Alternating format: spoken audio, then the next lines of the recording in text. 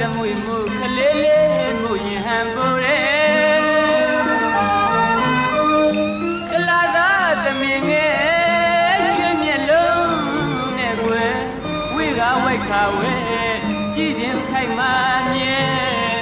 ရဲ့ရွှင်ပြုံးတုံမပြုံးတုံခဲ့လား